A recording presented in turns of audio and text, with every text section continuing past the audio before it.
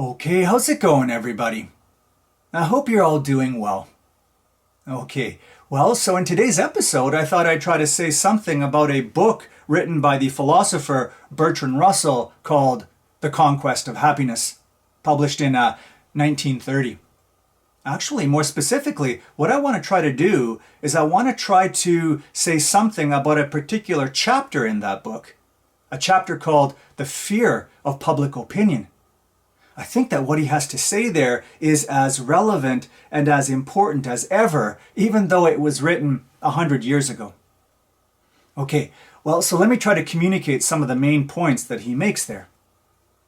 Okay, so what Russell does is he starts off by saying that for some of us, a great deal of our unhappiness is the result of feeling like an outcast or an outsider.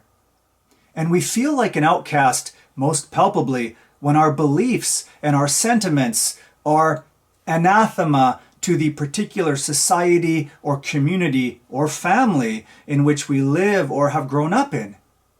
It's what we feel like when we have views and convictions that we dare not communicate because of the fear of being thought of as different or weird. To feel isolated like this, in the midst of the status quo and commonplaces of our social world, this can take a heavy toll on us, says Russell. This isolation can cause great pain and unhappiness. Okay, but that's not the whole source of our unhappiness when it comes to being an outsider in our thinking and in our convictions.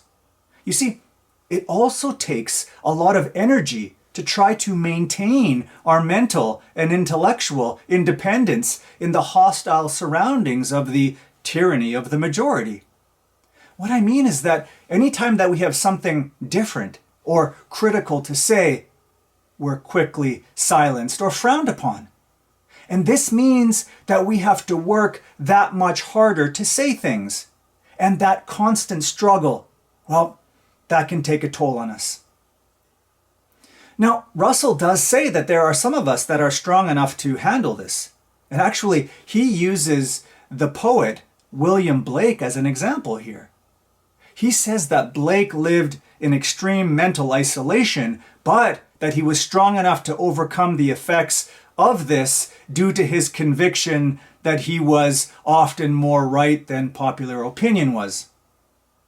But unfortunately, we're not all like this. Though some of us are different from the rest of the social world that we find ourselves in and want very much to express our beliefs, we just don't have, as Russell says, the degree of force and stamina needed to counteract the hegemony that surrounds us. And again, this is the other source of unhappiness that can plague the outcast. But here's the important thing. Russell does stress that for those of us like this, for those of us without Blake's stamina, it is important that we don't ultimately succumb to fear. It's important that we don't completely cower to the pressure of public opinion. And the reason that he gives for this is because to show fear to the majority is actually to further invite their judgment and their tyranny over you. No, instead, the best response is not to be timid, but it's to try to be as much as possible indifferent to public opinion. And actually, Russell does say something else that's connected to this that's interesting. He says that there is another reason why showing indifference is ultimately a good thing. So what he says is that the reason so many belonging to the mainstream get riled up or offended by people with different or unconventional opinions is because, whether they admit it or not, they interpret those opinions as a criticism of themselves. In other words, most people don't like to hear unconventional opinions and judgments because they see themselves as implicated, and so they get defensive. And it's this defensiveness, not the soundness of the opinions that they're confronted with, that ultimately leads to more anger and aggression from them, feeding more into the frenzy that manifests itself as the tyranny of the majority. So again, Russell's solution for the outsider is to just show indifference, thereby avoiding this unnecessary conflict, but at the same time, not cowering to it. Okay, well, so Russell does say something else that's connected to all of this that's also very interesting. What he says is that sometimes what the best thing for the outsider to do when showing indifference is not enough is just to move locations or to change careers. You see, when we're not in harmony with the conventions around us, we end up being miserable. When we're out of sympathy with the larger crowd, that doesn't bring out the best in us. When we can't be ourselves and express ourselves around others, we lose our sense of humor, and we lose our confidence, and we lose our capacity for extroversion. Well, what Russell says is that sometimes the remedy for this is just to move. It's to transport ourselves into an altogether different community or culture or environment.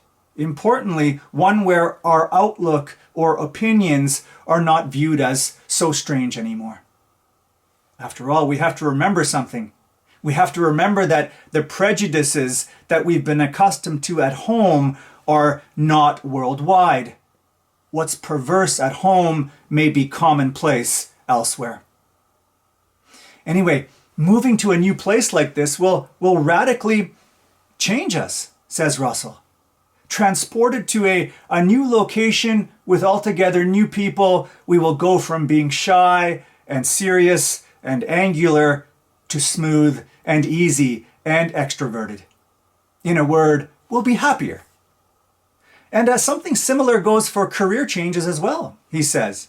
What he says is that if you're young and at work you find yourself out of harmony with your social environment, then you should think seriously about changing jobs, even if that means that you might make less money. And that's because when we're young, we don't really know what's possible. We don't realize how much more we would grow and flourish in a job where we don't feel out of harmony with others and susceptible to their prejudices. Okay, but at the end of the day, I think that Russell's main point is that the fear of public opinion is, well, it's just soul-crushing. It's crushing in the sense that it stunts our growth and it blocks what true happiness consists in. And what does that mean exactly? Well, what it means for Russell is that it's fundamental to happiness that our way of being and living in the world should issue from our own deep and original impulses and sentiments, and not those belonging to our families and our neighbors. Only when this is allowed to happen are we on the road to a secure and genuine happiness, one grounded in who we are, not who others compel us to be. Bye for now.